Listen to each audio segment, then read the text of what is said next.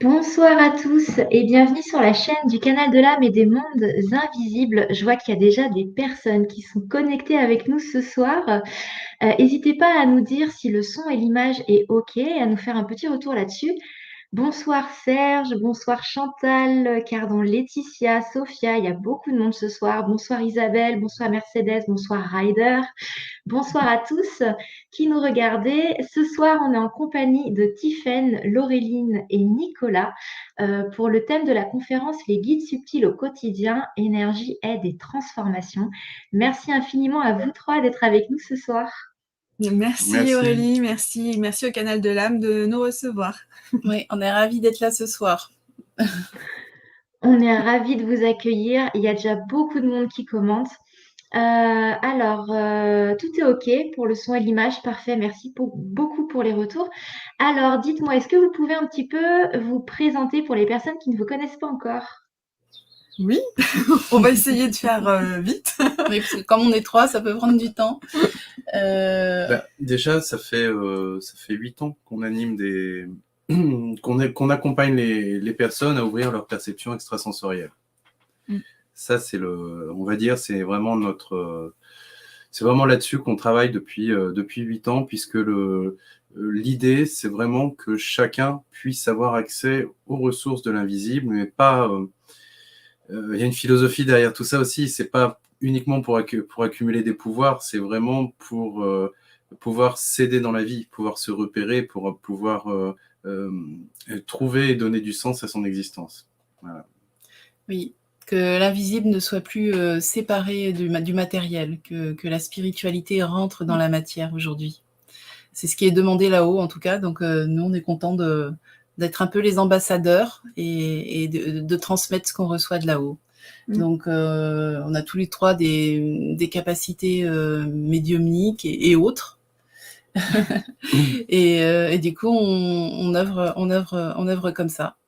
Il y a une chose aussi que je tiens à préciser dès le début, parce qu'on ne pense pas à le préciser souvent, c'est que toutes les informations qu'on va transmettre ce soir sont des informations que nous avons reçues. En fait, ce que je pense à une conférence précédente qu'on a pu donner, où à la fin, les gens nous ont dit mais en fait, comment vous savez tout ça? Et simplement parce qu'on a demandé à chaque fois. Donc vous verrez, des fois on a des réponses qui peuvent paraître très précises. On peut se demander où est-ce qu'ils l'ont appris. Mais en réalité, ce sont des choses qui nous ont été transmises. Ouais, et dans ce qu'on va voir ce soir, ça va être aussi beaucoup des choses qu'on a expérimentées, assez pratiques. Et du coup qu'on a mis en pratique, qu'on a expérimenté. Et on a l'avantage d'être trois, et ça nous permet d'éviter de douter, parce que quand il y en a un qui capte quelque chose, effectivement, tout le monde est un petit peu en proie au doute quand c'est de l'invisible. Des fois, on a des certitudes, mais parfois, c'est flou. Et c'est vrai qu'être trois, ça nous permet de consolider nos ressentis, parce que du coup, on va dire, tiens, j'ai capté ça, qu'est-ce que t'en penses ? Qu'est-ce que tu ressens ?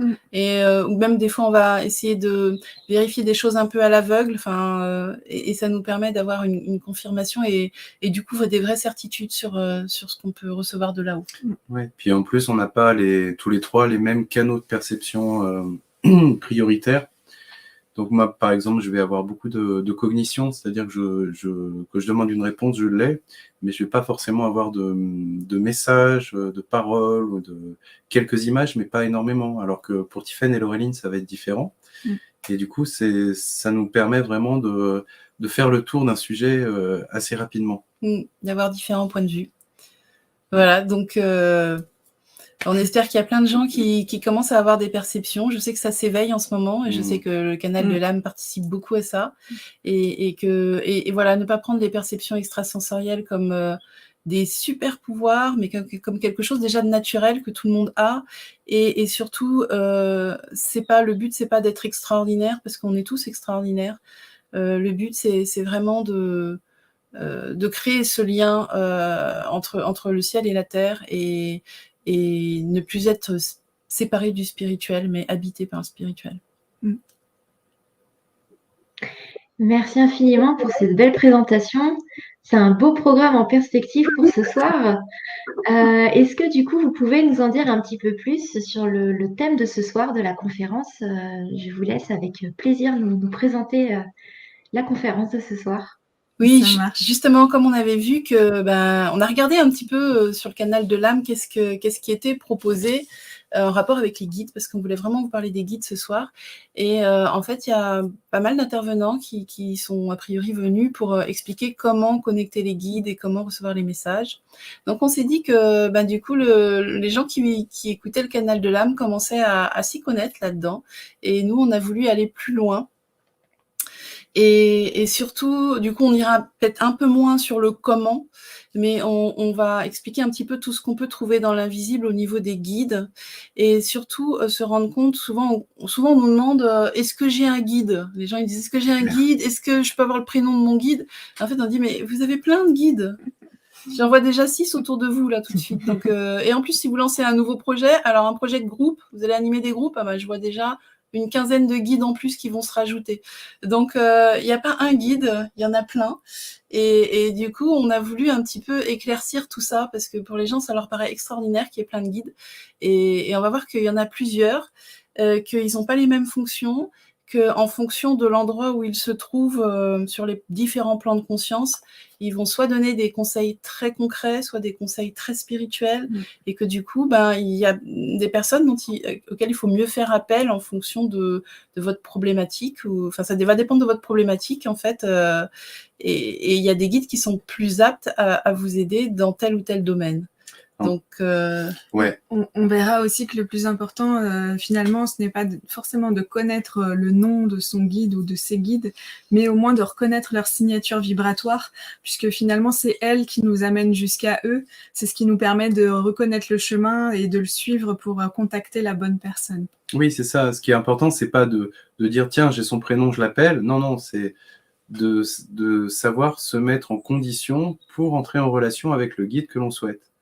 Et ensuite, effectivement, tu parlais de signature vibratoire, c'est un petit peu comme, je sais pas, que vous connaissez, vous avez un ami, vous sentez son énergie, vous êtes habitué à sa présence, et en fait, c'est ça, c'est comme ça qu'on reconnaît le plus facilement un guide, donc on le différencie d'un autre guide, en fait.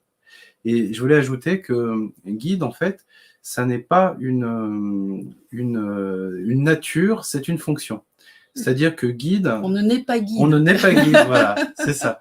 On choisit de devenir guide, mais en fait, des guides peuvent être...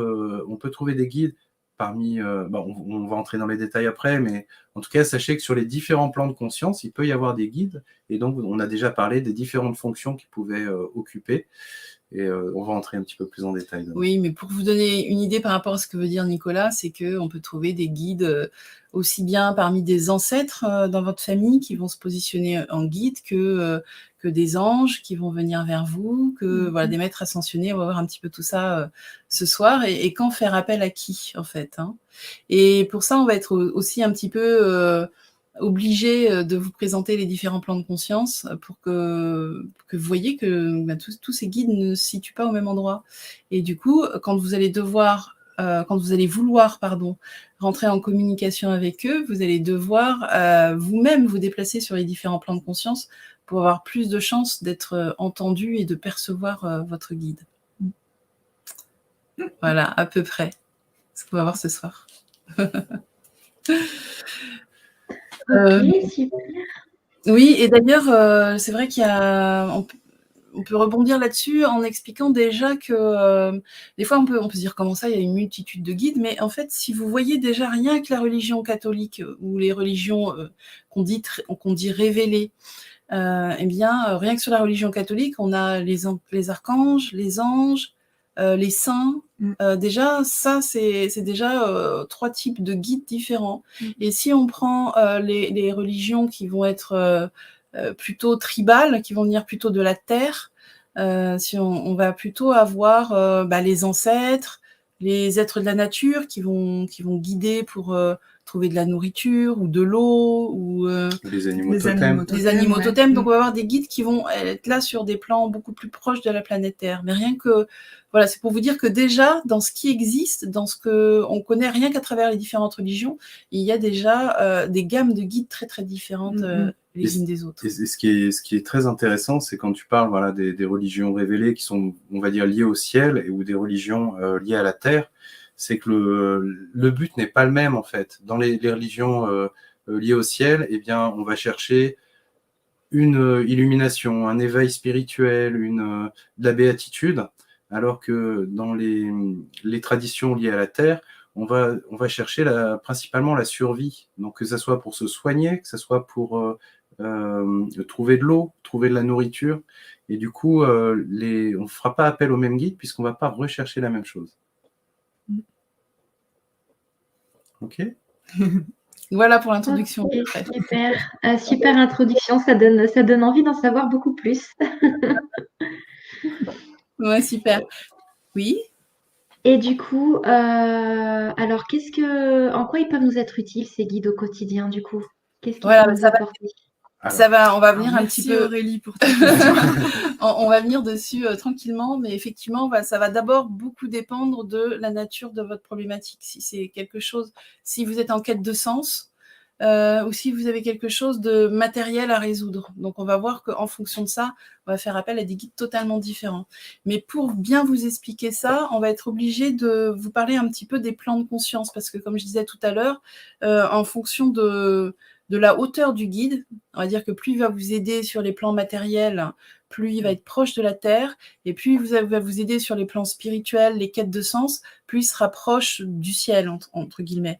Et donc, et entre les deux, il y a tout un panel de possibilités, et effectivement, on ne va pas prier pareil un être qui est proche de la Terre qu'un être qui est proche du ciel. Ça va vous demander à vous de rentrer dans un état de conscience modifié différent.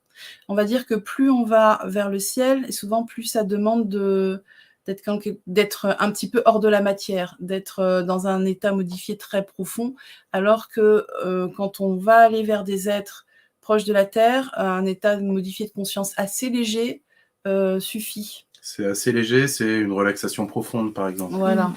Et du coup, c'est important d'identifier ça parce que, par exemple, si vous êtes très malheureux, vous vous dites oh mon Dieu, en ce moment, j'ai un problème incroyable, il m'est arrivé vraiment une tuile, et votre taux vibratoire va être très, très bas parce que vous êtes dans votre souffrance. Et là, vous allez prier, vous allez demander de l'aide et vous n'en recevez pas. Pourquoi ? C'est pas parce qu'on n'a pas pitié de vous, mais c'est quelque part, votre message, il vibre trop bas. Et les personnes très hautes n'entendent pas ce message. C'est comme si elles n'avaient pas accès à ces vibrations. Donc il faut déjà toujours essayer de monter son taux vibratoire un minimum quand on demande quelque chose. Et on verra qu'il y a des êtres qui peuvent vous aider, notamment, je pense à Saint Rita ou Saint Benoît, des saints, qui justement, eux, maintiennent un taux vibratoire assez dense, assez proche de la Terre, alors que ce sont des saints et qui sont censés être plus hauts, pour justement nous aider dans ces moments de désespoir où on a du mal à faire remonter notre taux vibratoire, mais il faudra quand même faire un certain effort pour recevoir de l'aide. Et ça explique pourquoi, quand dans des fois, on est très mal et on se dit, mais je comprends pas, on n'a pas pitié de moi, on m'aide pas, mais personne n'a entendu votre message dans ces cas-là.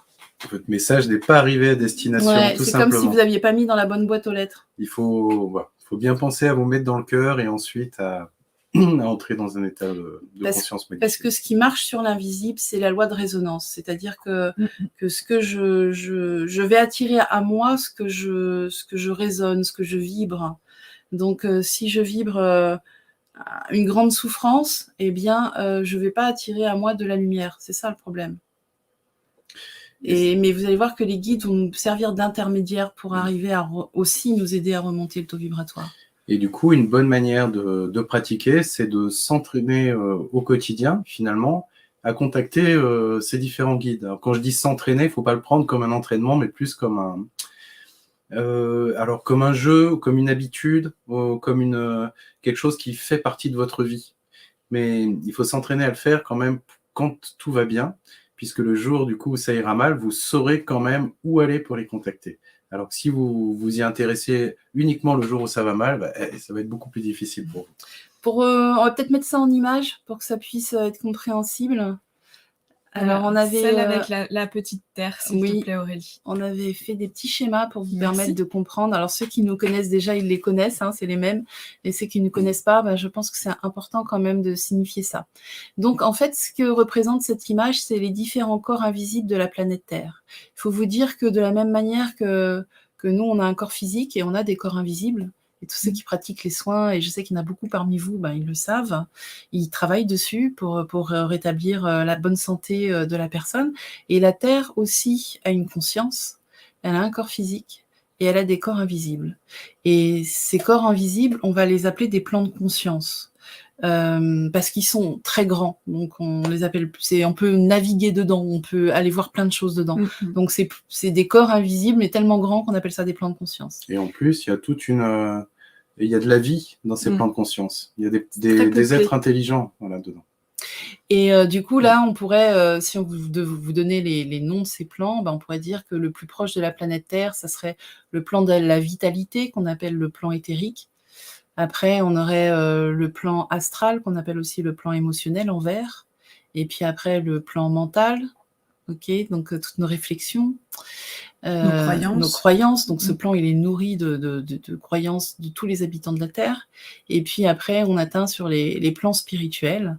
Et sachant qu'entre les deux, il y a quelque chose qui nous intéresse beaucoup, qui n'est pas vraiment marqué comme un plan, mais qui est plus une jonction de plans, et qui est le haut mental, ou qu'on appelle aussi supramental, qui va être le lieu de l'inspiration.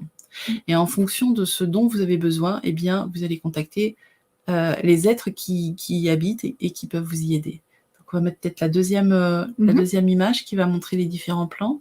Une autre coupe pour que ce soit plus clair.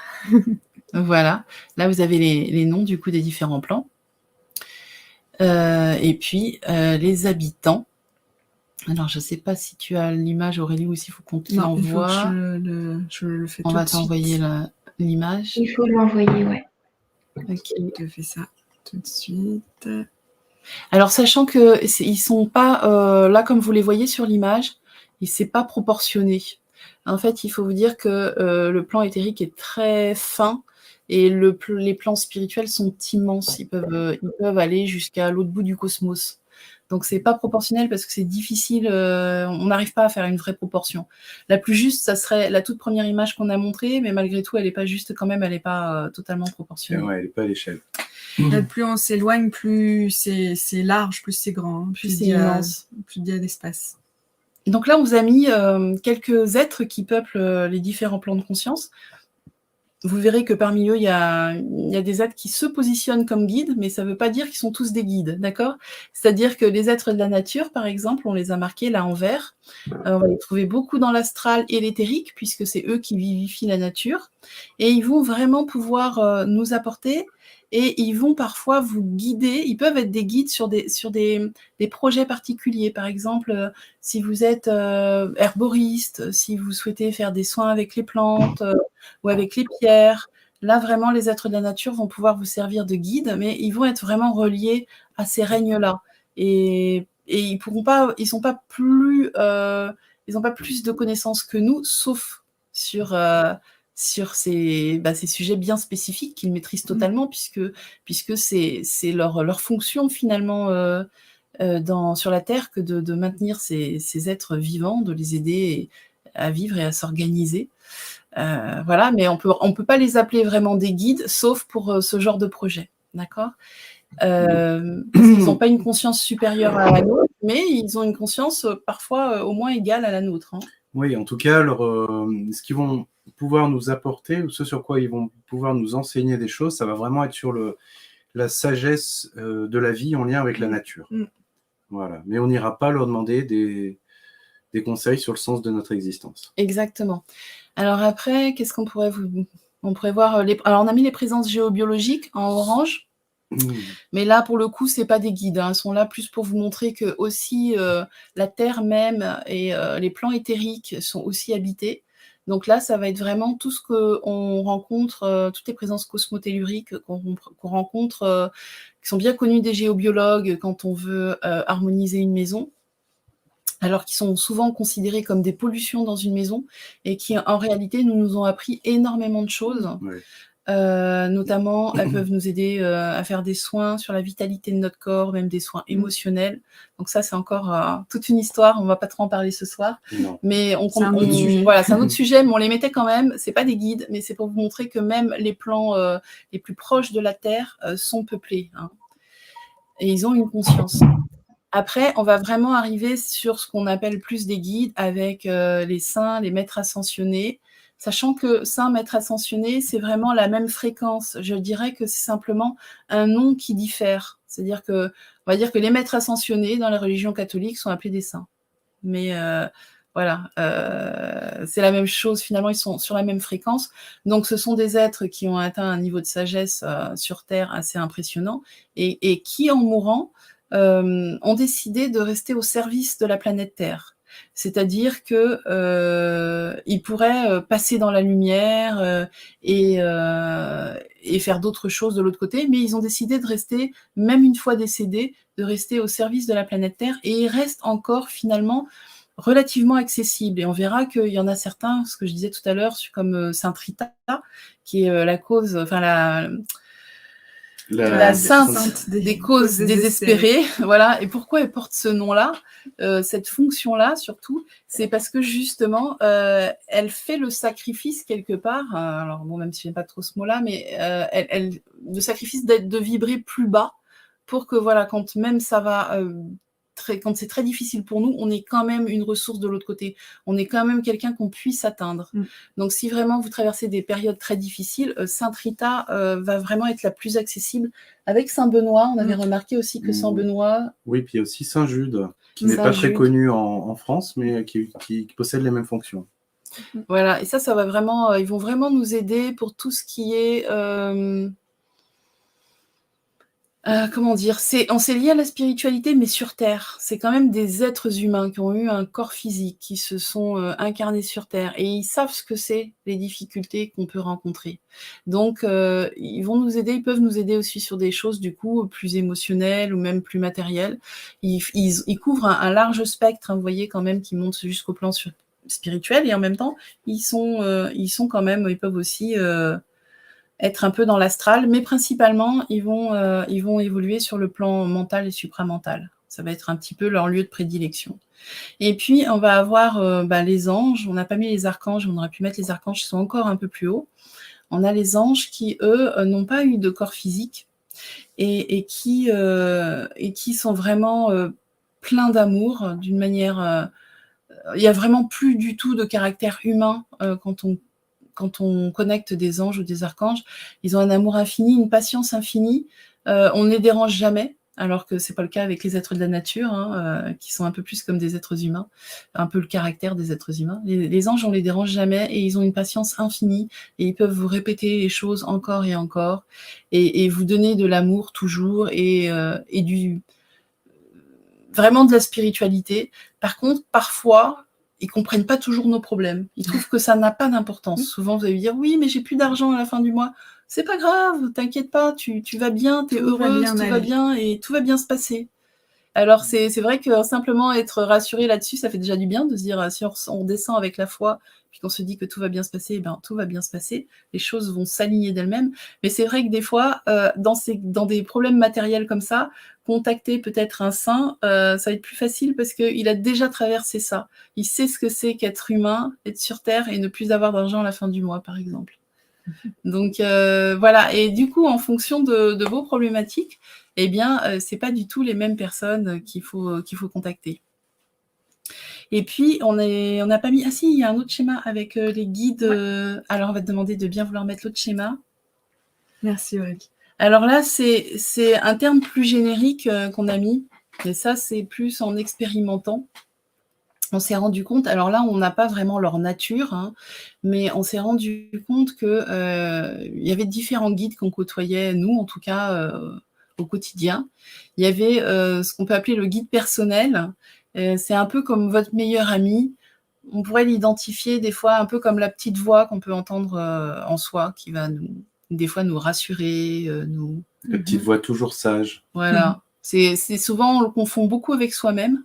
Mais ça serait du coup peut-être, ou alors on pourrait appeler la partie la plus sage de vous-même, On ne sait pas toujours si c'est vraiment quelqu'un d'autre ou soi, mais ça donne l'impression d'être, en tout cas, à l'extérieur, dans le sens où il y a beaucoup de détachement, et c'est toujours sage. Mais voilà, il est pas facile à identifier parce qu'on le confond souvent avec soi-même. Il y a le guide d'évolution, vous voyez qu'il est un peu plus haut, parce que lui ou eux, parce que souvent il y en a plusieurs, leur rôle, ça va être vraiment de vous aider à évoluer.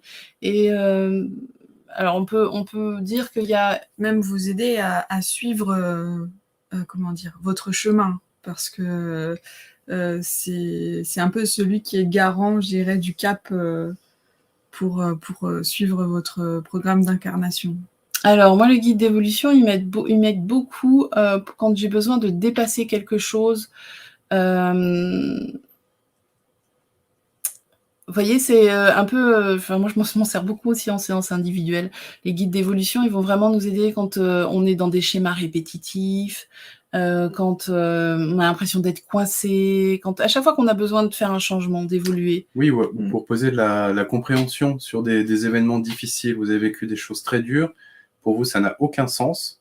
Mais en réalité, ce guide va vous aider à découvrir le sens. Et quand on comprend quelque chose, on arrive à passer à la suite. Alors sinon, on reste en boucle. Alors moi, je dirais que c'est plutôt les guides un petit peu plus hauts qui font ça. Ah. Mais vous allez... Après, ça faut tester. Mais souvent, il faut qu'ils soient bien dans le spirituel. Les guides d'évolution, ils sont beaucoup dans le mental et du coup un petit peu dans le spirituel aussi, mais des fois, enfin, on va dire qu'on peut tester avec les guides d'évolution, et c'est intéressant aussi de voir ça avec les guides plus spirituels, qui vont vraiment vous donner un complément d'information. Un complément d'information. C'est-à-dire que le guide spirituel va vraiment dire pourquoi tu vis ça aujourd'hui, et qu'est-ce que... Ça vous donne un petit peu la réflexion que vous pourriez vous faire 10 ans plus tard. Vous savez, quand par exemple quelqu'un vous a quitté, et puis sur le moment, vous dites « Mon Dieu, c'est terrible, c'est la pire chose qui m'arrive de la vie », que ça soit un décès, une rupture amoureuse ou autre. Et puis 10 ans plus tard, des fois, enfin je dis 10 ans plus tard, souvent, Dieu merci, ça se passe avant, mais quelques années plus tard, on voit les choses avec du recul et on s'est dit « Ah, mais je sais pourquoi il y a eu cette rupture amoureuse, en fait, parce que du coup, derrière, ça m'a permis de développer ça m'a permis de rencontrer quelqu'un d'autre, ça m'a permis... » Et en fait, quand vous allez aller avec les guides spirituels, ils vont vous donner le pourquoi du comment, pourquoi j'ai vécu ça. Oui, c'est très intéressant quand vous regardez où se situe le guide spirituel. Vous voyez, il est quasiment entièrement sur les plans spirituels. Et en fait, c'est un plan depuis lequel, vous voyez, on est très proche de l'unité. Et quand on est à ce niveau-là, il n'y a plus vraiment de notion de bien et de mal. C'est-à-dire que tout est expérimentation et tout est là pour votre évolution. Et que ça soit de la souffrance ou que vous évoluiez par la souffrance ou par le bonheur, ça n'a aucune importance à ce niveau-là, en fait. Et du coup, pour préciser, voilà, sur un événement passé, par exemple, votre guide d'évolution, si je reprends mon histoire de rupture, votre guide d'évolution qui va être un peu plus proche du mental et de l'émotionnel, il va plus vous dire pourquoi c'est arrivé. Bah oui, mais vous entendiez plus sur tel truc, et puis à un moment tu lui as dit ça, et puis il s'est passé ça, et puis lui il veut aller dans telle voie et toi dans telle autre. Et le guide spirituel, lui, va vous dire non, mais dans ton chemin d'évolution, de toute façon, il fallait que tu fasses cette compréhension-là, et il fallait que tu vives ça. C'est ça, on peut du coup avoir les informations des deux. C'est vrai que du coup, le guide d'évolution a une tendance à nous, à nous livrer des messages plus pragmatiques, entre guillemets, sur ce qu'on a vécu, alors que le guide spirituel plus existentiel. Exactement.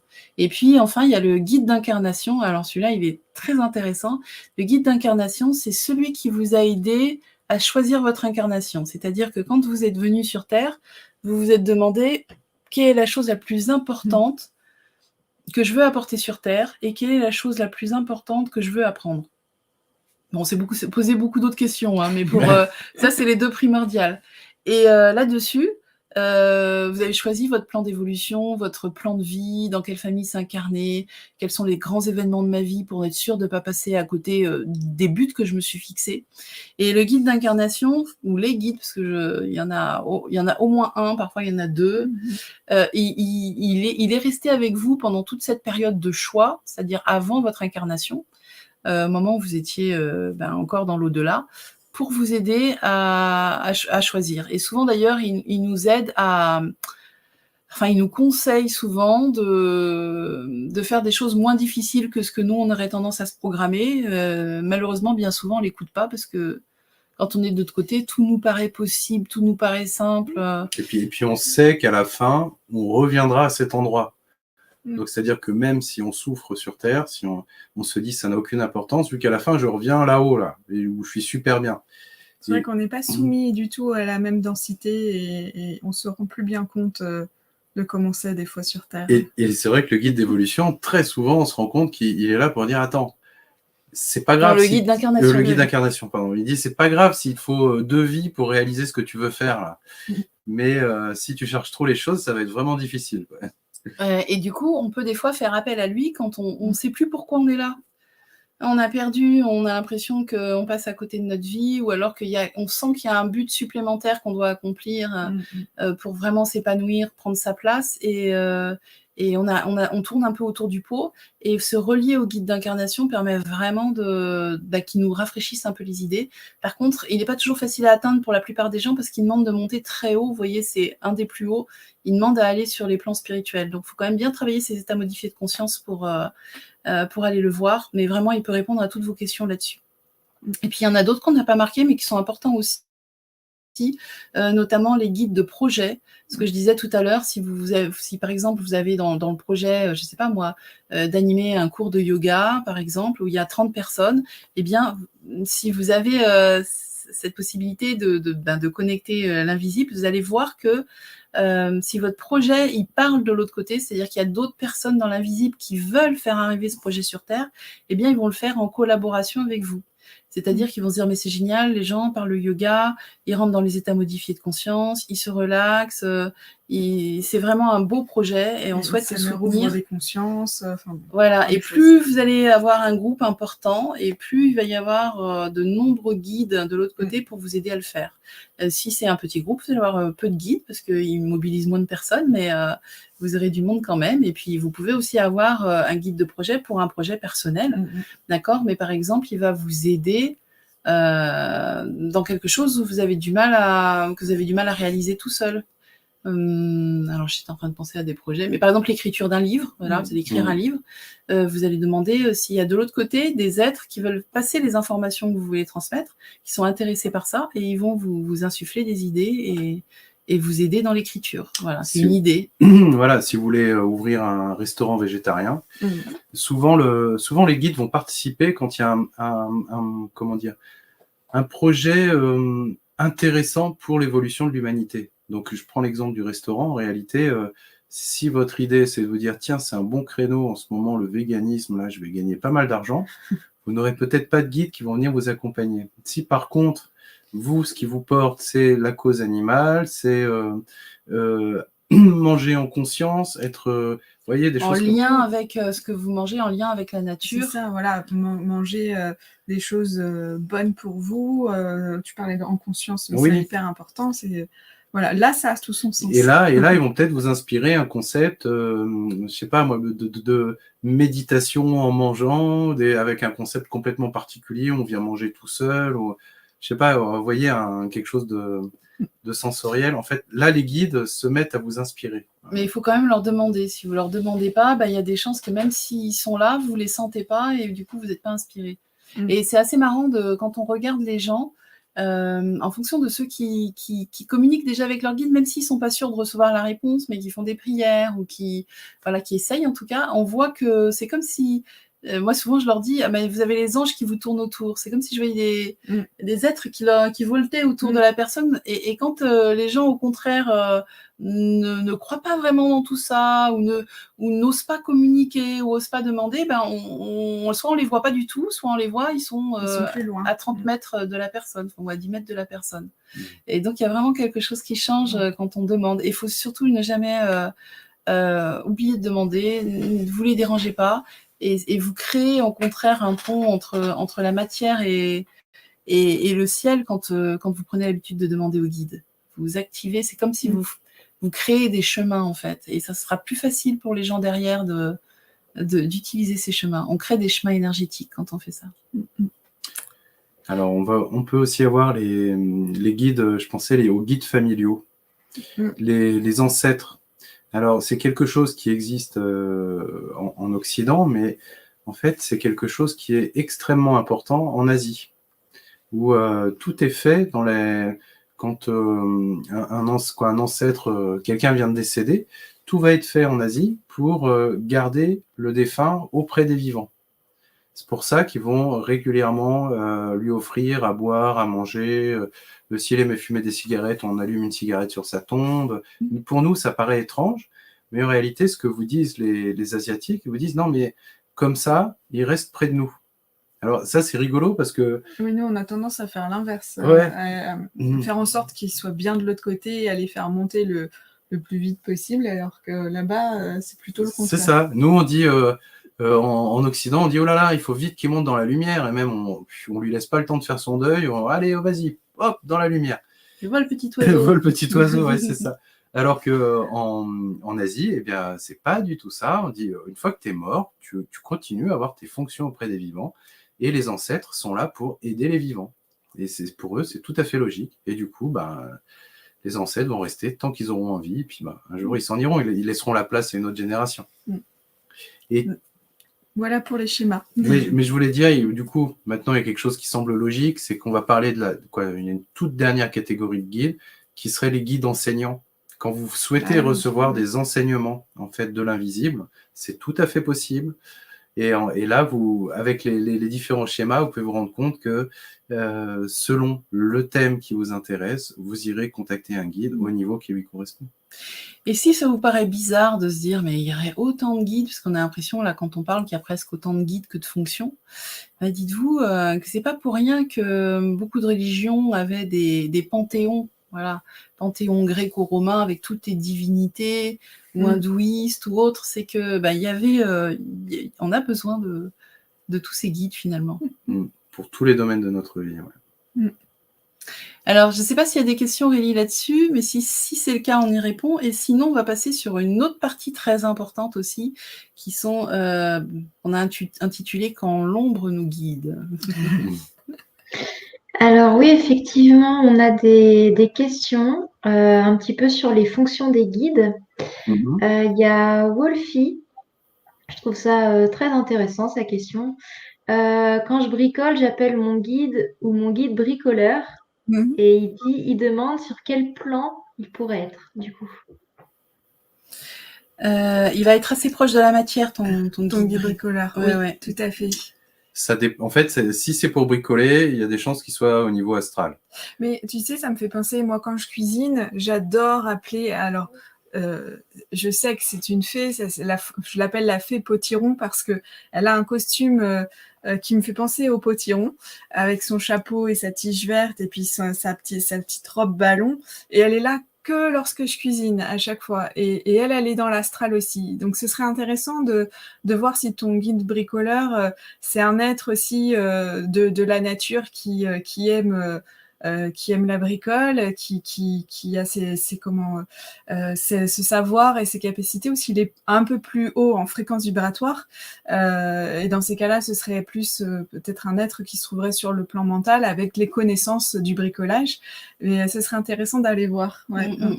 Oui, c'est-à-dire que s'il est là pour t'aider à concevoir des plans, des nouveaux systèmes, là, il va être un peu plus haut. Il va être sur le plan mental. Par contre, si c'est vraiment, je suis dans le bricolage et comment dire, il y a une fonction sacrée dans le bricolage. On entre en méditation. Si vous l'avez jamais fait, c'est comme jardiner.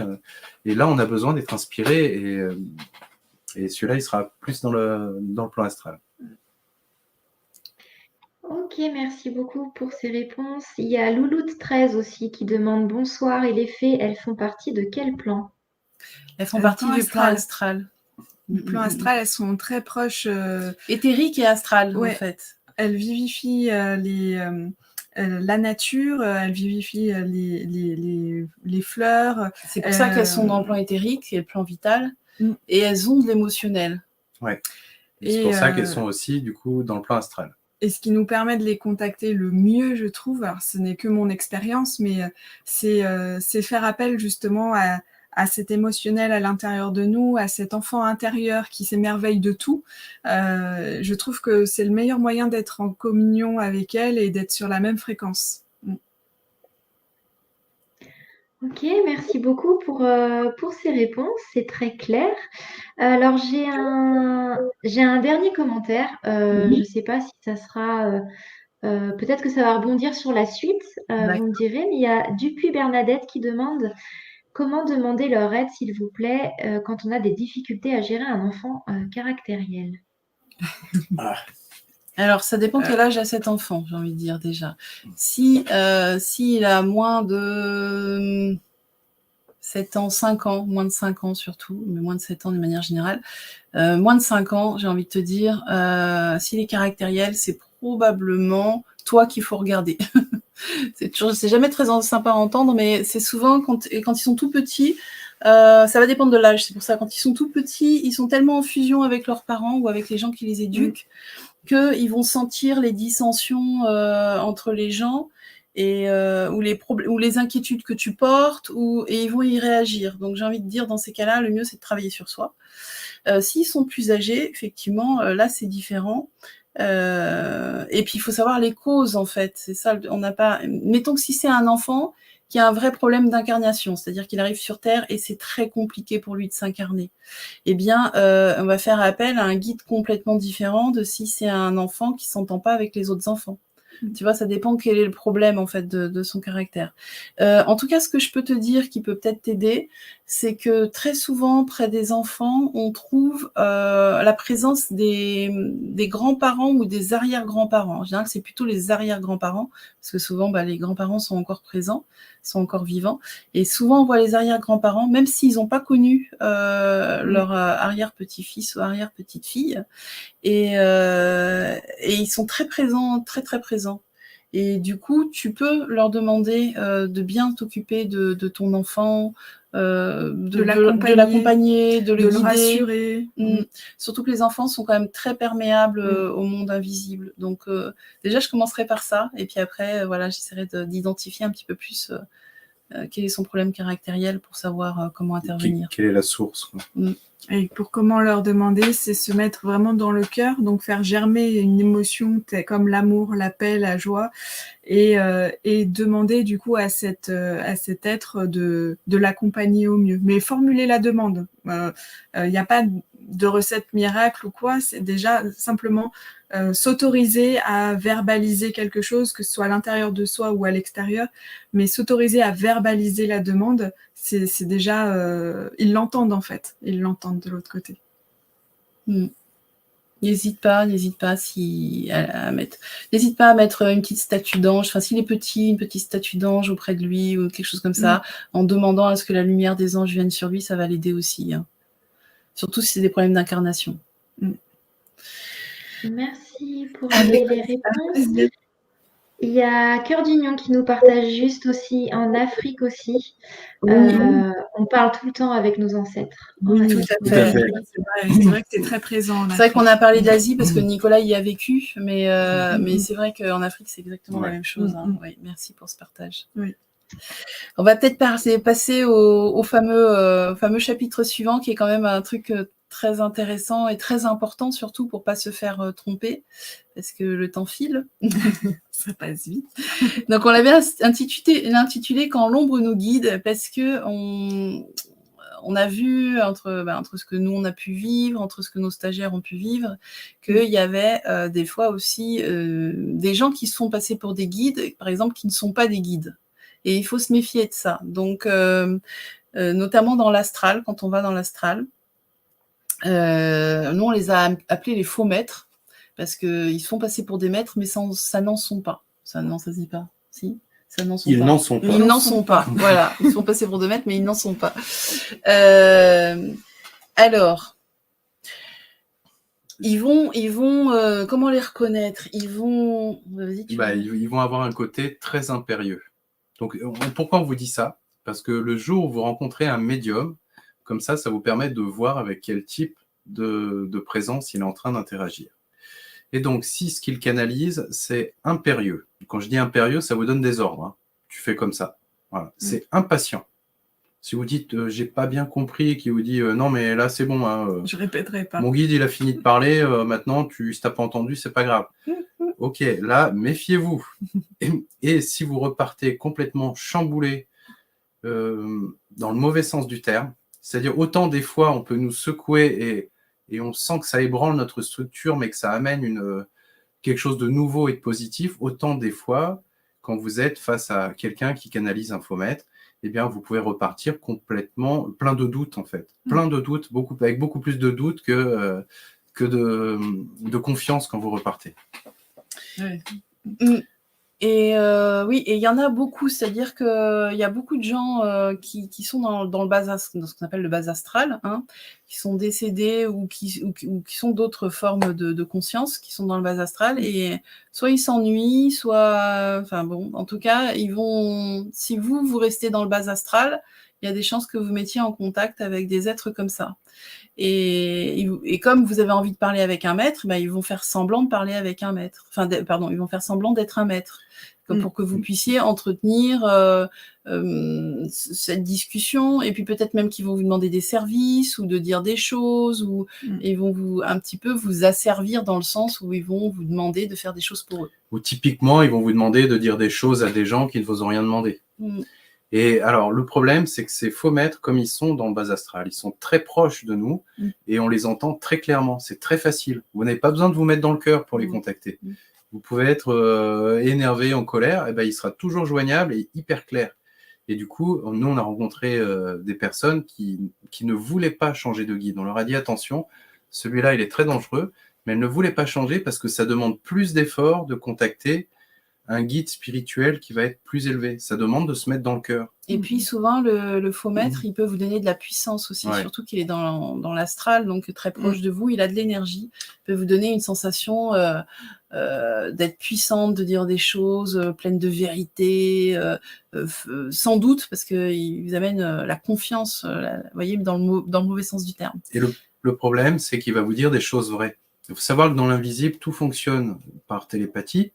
Donc, même si c'est généralement, comment il s'y prend le faux maître? Donc ça, on l'a vu. Hein, c'est-à-dire qu'il va vous donner des messages pour quelqu'un. Et la personne va dire « Waouh, c'est incroyable, ouais, c'est vrai, c'est juste, ah, ça me touche. » Et il va continuer. Et en fait, la personne face à vous va s'ouvrir. Parce qu'elle vous dit « Mais oui, c'est vrai, t'as raison. » Et là, elle laisse tomber ses barrières, ses protections. Et c'est quand la personne est vraiment ouverte, sans protection, que là, le faux maître va asséner des choses très, très méchantes, très négatives, qui vont vraiment, qui peuvent détruire la personne. Alors détruire, j'exagère un peu, mais en tout cas, la déstabiliser émotionnellement. La blesser un peu, quoi. Ouais, très profondément. On sent l'expérience. On a eu des en fait, je l'ai subi. Je l'ai subi par quelqu'un qui canalisait. C'est pas nous. Un faux maître. Non, on n'y était pour rien. Non. En tout cas, c'est pour vous dire que c'est beaucoup plus courant qu'on pourrait le croire. Et donc, on va quand même, ça me paraît très important avant de terminer cette conférence, de vous donner des vrais trucs pour ne pas faire ce genre de rencontre.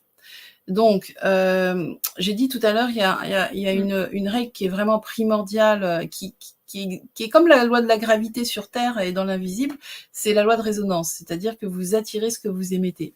Donc, ça ne veut pas dire que si vous attirez un faux maître, c'est que vous êtes quelqu'un de méchant. Mais imaginez que, par exemple, à un moment, vous soyez fatigué, ou, comme je disais, il vous est arrivé quelque chose de très dur, vous êtes en souffrance, et du coup, votre taux vibratoire est très bas. Eh bien, c'est pas le moment de demander à l'invisible dans cet état-là. C'est pour ça qu'on en a parlé tout à l'heure, mais on le redira, enfin on le redit. Il faut remonter un peu votre taux vibratoire, c'est-à-dire se dire « Ok, je prends du recul par rapport à tout ça, je reste pas dans ma souffrance, en tout cas, pas le temps de ma connexion, je la mets de côté, comme si je déposais mon fardeau.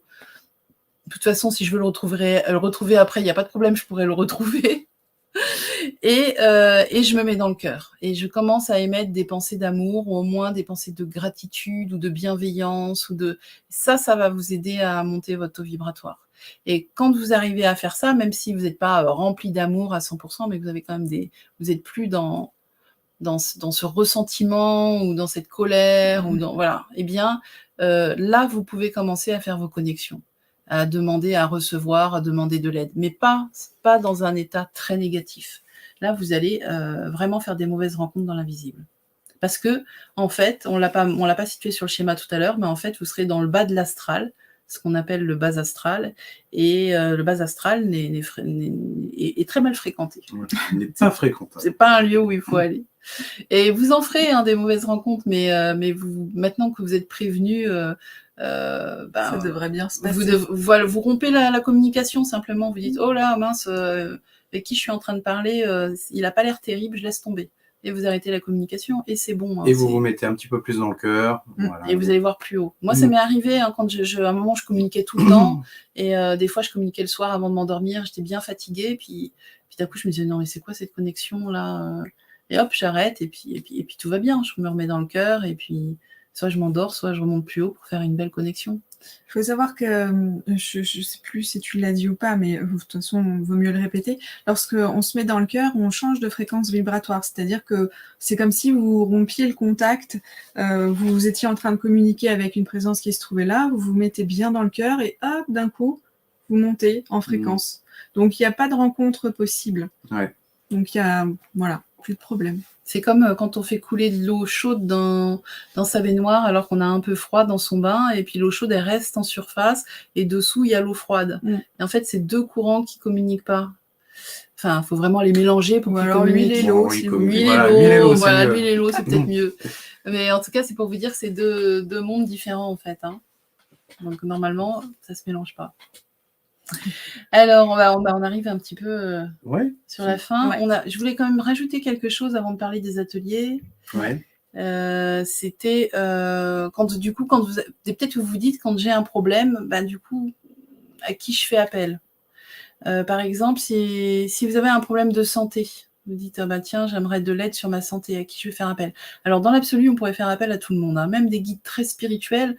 Leur lumière va descendre petit à petit, et si vous arrivez à monter très haut, ils peuvent vraiment vous faire des soins un peu miraculeux. Mais sinon, on pourrait aussi, par exemple, si c'est un problème physique, vraiment, de fatigue, par exemple, contacter des guides ou des êtres qui pourraient nous faire des soins, et qui sont justement dans le plan éthérique ou astral. Mais avec une bonne assise. Une bonne densité éthérique. Si par contre mon problème physique, mon épuisement vient d'un problème émotionnel, d'accord, c'est que trop de stress. Voilà, et bien là, je vais pouvoir faire appel à une présence qui va se situer dans le plan astral, qui va pouvoir m'aider, me réconforter. Me régénérer. Du coup, en fait, les guides peuvent à la fois vous donner des conseils et en même temps vous prodiguer des soins énergétiques. Et si par contre mon problème il est plus sur ma croyance, c'est-à-dire j'ai l'impression que y a rien qui va aller, voilà, je suis dans des pensées négatives. Ou alors que je reproduis toujours le même schéma, parce que parfois on en a conscience, on se rend compte de la boucle qu'on est en train de vivre et on n'arrive pas à en sortir. Et là, on peut faire appel à un guide qui se trouve sur le plan mental. On l'a déjà vu tout à l'heure avec le guide d'évolution, par exemple, qui va vraiment vous aider là-dessus, mais il y en a plein d'autres. Les saints vont vraiment vous aider.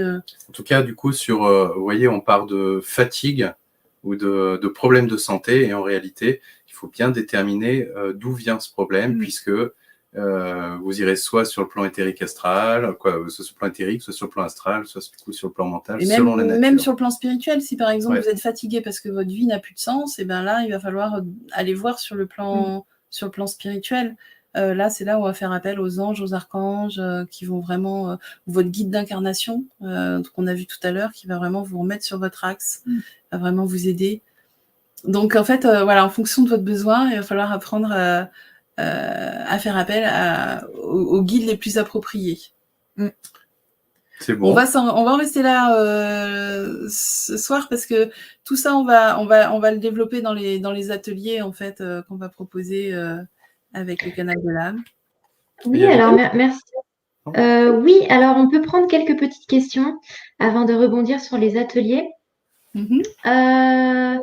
Alors, il y en a beaucoup. Je suis vraiment désolée, on ne pourra pas tous les prendre, mais après, j'imagine que vous restez peut-être disponibles aux ateliers pour répondre aux questions que les gens auront après par la suite. J'ai la question de Patricia qui me vient, qui dit: quand on voit souvent des heures miroirs, est-ce le signe d'un guide? Alors, ça peut l'être. Oui, oui, ça peut l'être. Et j'ai envie de dire, plus toi, tu vas être convaincu que ça l'est, et plus ça le sera.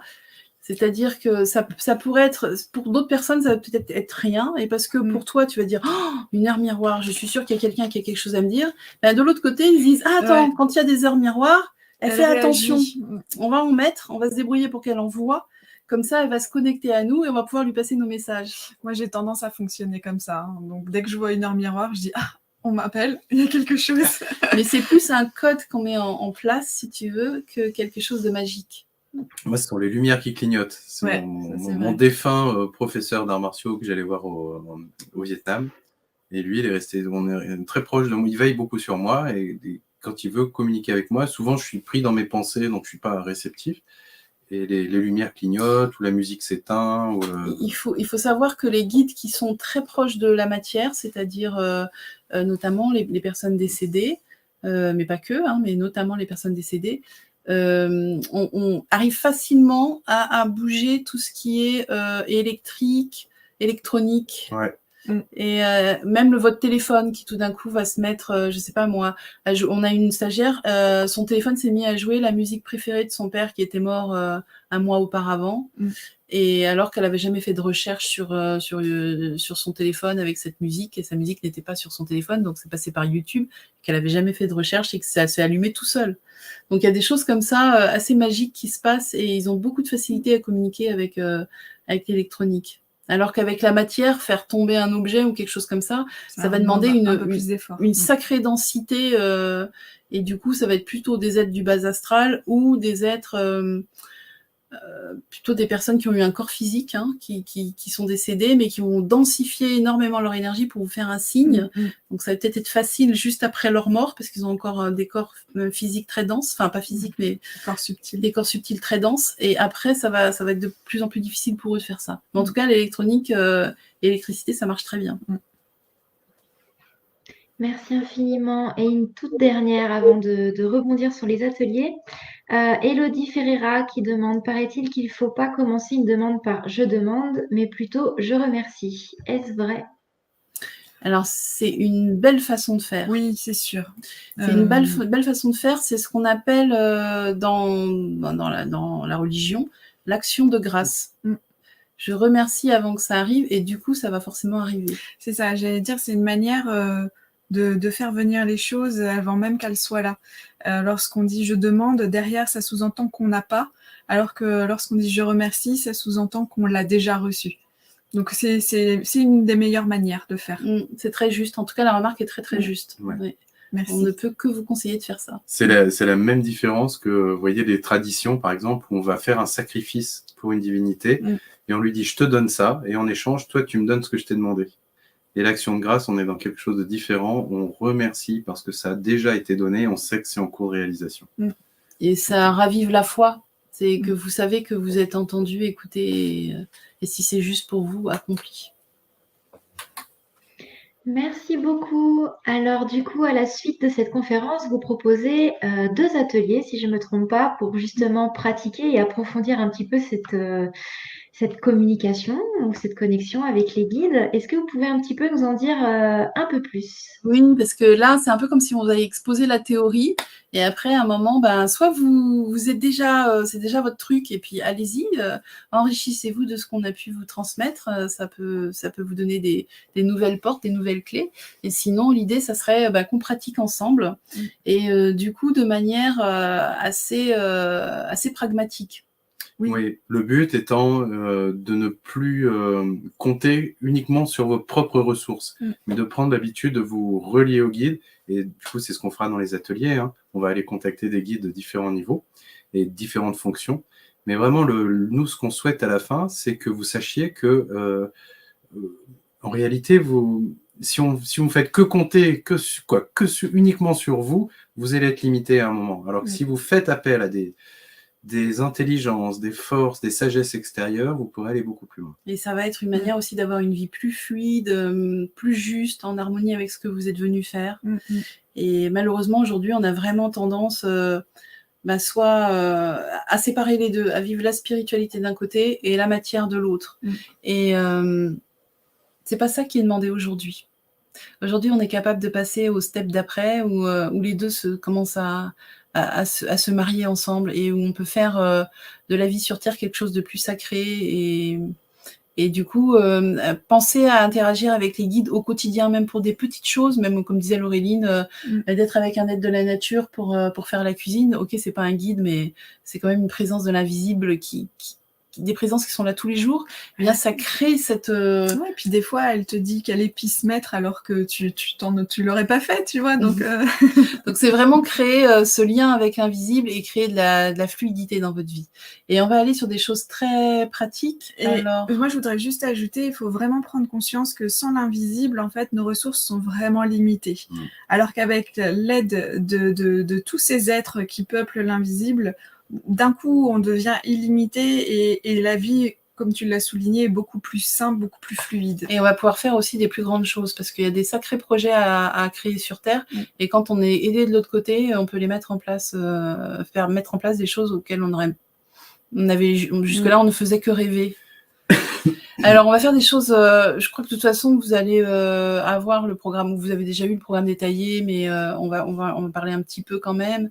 On va travailler avec les êtres de la nature, notamment, par exemple, avec certains êtres vont vous aider à trouver une plante, par exemple, pour vous aider à dépasser une croyance ou une émotion. Quelle plante je dois prendre, quelle posologie.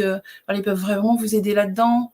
On aura les gnomes qui vont peut-être vous aider à travailler avec les pierres. Enfin, en tout cas, on va choisir au moins un des deux, mais je pense probablement les deux. Ouais. Là, on est vraiment sur les guides enseignants. Là. Ouais. On va avoir les ancêtres aussi. On va essayer de rentrer en contact avec, voir si vous avez des ancêtres qui sont autour de vous et qui essayent de communiquer avec vous.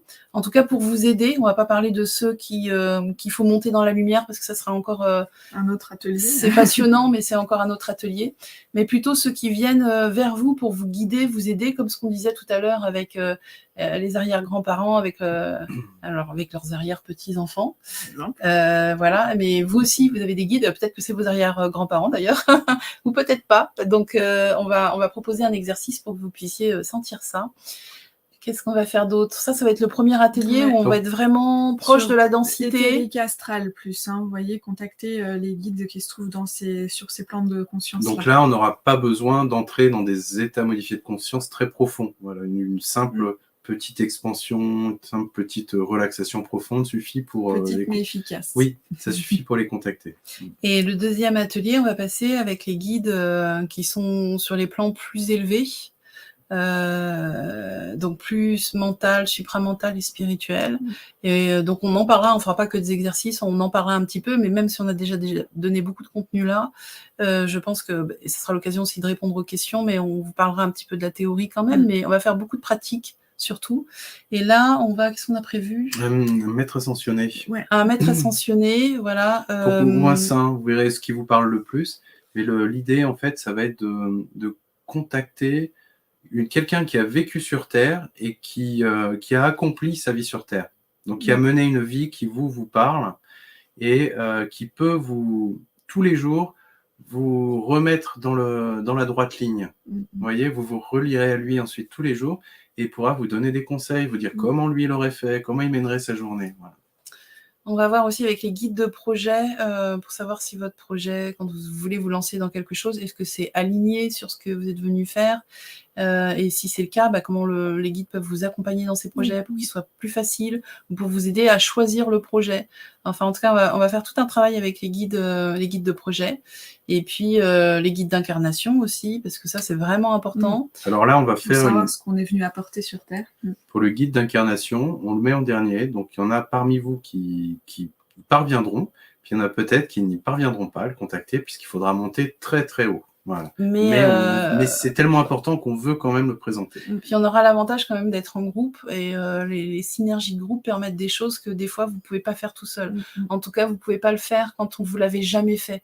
Et une fois qu'on l'a fait une fois tous ensemble, c'est beaucoup plus plus facile de le refaire chez vous parce que vous connaissez le chemin.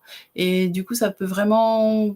Nous, on a vu, des fois, on a proposé comme ça des exercices qui sont très difficiles a priori, et parce qu'il y avait beaucoup de personnes, il y avait une grosse énergie de groupe, il y a eu des résultats fascinants, quoi.